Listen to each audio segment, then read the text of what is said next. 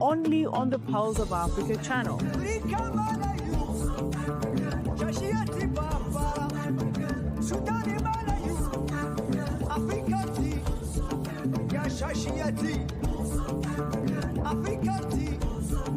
Pulse of Africa, the face and voice of Africa.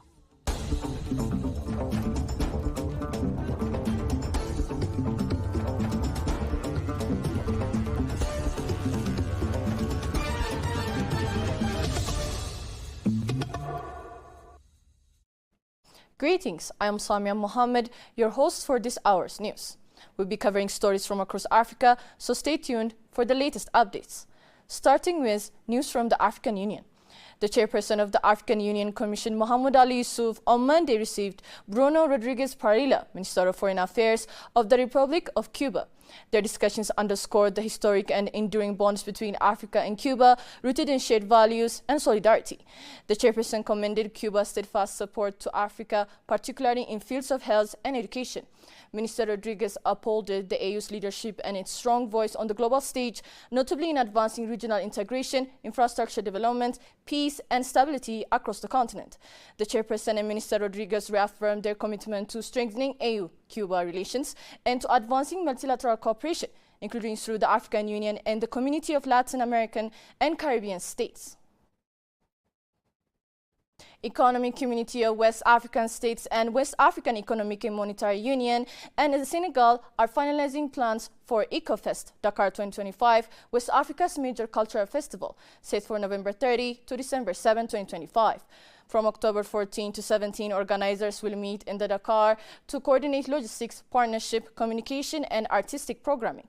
The theme, Political Change and Crisis in West Africa, What Can Culture Do?, highlights culture as a tool for peace and unity amid regional instability. The festival will feature performances, exhibitions, forums, youth dialogues, trade, fairs, and film screenings at key venues like Dakar Arena and Grand Theatre Dodo in Daïkumba Rose.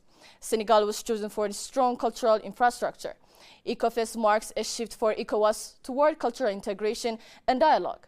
Joint organization with UEMOA shows regional cooperation. October's meeting will address artist travel, accommodation, sponsorship, and representation. EcoFest aims to be a lasting cultural platform for West Africa. POA, the Pulse of Africa. I would like you to follow POA, the Voice of Africa. This is the face and the voice of Africa. We want you to watch this all the time. The Voice of Africa. Stick with it. You will see Africa, how it will change for the better.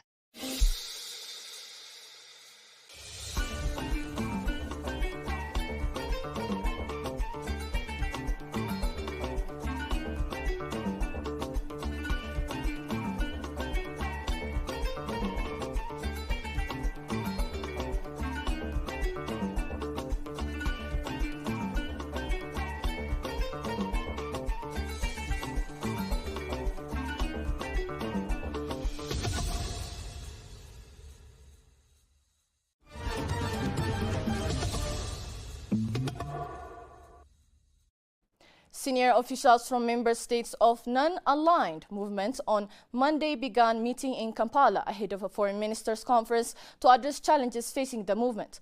Ugandan Foreign Minister J.J. Odungo, who opened the NAM Midterm Ministerial Review meeting held under the theme Deepening Cooperation for Shared Global Affluence, called for collective effort and renewed commitment among member states. It is only through unity, solidarity, and common purpose that we can project a clear, strong, and coordinated voice on the issues that affect our nations in today's increasingly complex and volatile global environment, Odungo said. This environment continues to hinder our aspirations for economic development, social progress, peace, and the full enjoyment of human rights and rule of law. Odungo urged NAM members to uphold the movement's long-standing position to strengthen South-South cooperation to overcome persistent barriers to fair global markets. The officials' meeting precedes the Foreign Ministers' Conference scheduled for Wednesday, which will review progress on the implementation of outcomes from the 90th summit held in Kampala in January last year. Nigerian President Bola Tinubu says traditional rulers remain the most enduring link between government and the people and must be formally recognized within the governance framework. President Bola Tinubu, represented by IMO Government Hope Uzuma, spoke at the National Council of Traditional Rulers of Nigeria meeting in Lagos, emphasizing the need for constitutional recognition of traditional rulers. The meeting themed the traditional institution, the imperative of its inclusive and effective governance, gathered royal fathers to discuss their role in modern governance. Tinubu highlighted traditional rulers' vital contribution to peace, cohesion, and stability despite lacking constitutional backing. He noted their historical roles under the 1963 Constitution and urged the National Assembly to restore formal recognition, citing examples from Ghana and South Africa. Tinubu stressed that traditional rulers are indispensable to Nigeria's unity but must remain politically neutral.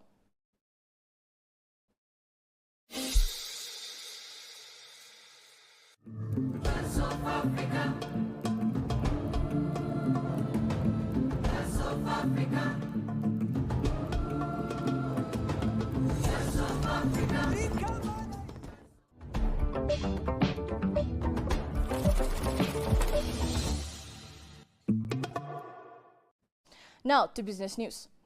The International Monetary Fund said it has reached a staff-level agreement with Somalia on policies to complete the force review under the Extending Credit Facility arrangement. The IMF said in a statement issued Sunday that the agreement, following discussions held between September 16 and October 8, would enable the release of $30 million, subject to approval by the IMF Executive Board. To mitigate the negative impact of foreign aid cuts and support their reform efforts, the authorities have requested an augmentation of access under the ECF arrangement of about $40 million to be dispersed in equal tranches upon completion of the fourth and fifth reviews, respectively, the statement said. The statement added that the agreement, once approved, would bring total disbursements under the ECF arrangement, which was approved in December 2023, to about $100 million. The IMF noted that real GDP growth is now projected as 3% in 2025 and 3.3% in 2026, the lender said.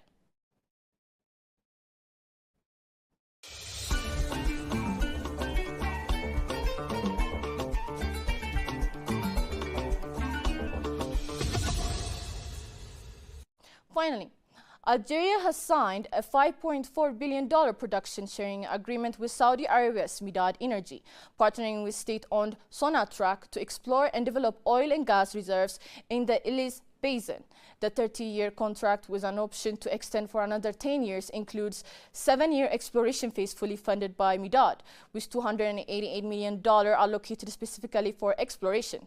The Illis South perimeter, located approximately 100 kilometers south of In Imans, near the Libyan border, holds significant hydrocarbon potential. The deal aligns with Algeria's strategy to modernize its energy infrastructure, expand production, and attract foreign investment, while giving Saudi Arabia a long-term stake in North Africa's energy sector. The agreement highlights deepening economic and energy cooperation between Algeria and Saudi Arabia. Earlier this year, the two countries signed 5 agreements covering energy, trade, industry, tourism, and legal services. Next, let's check the current weather forecast.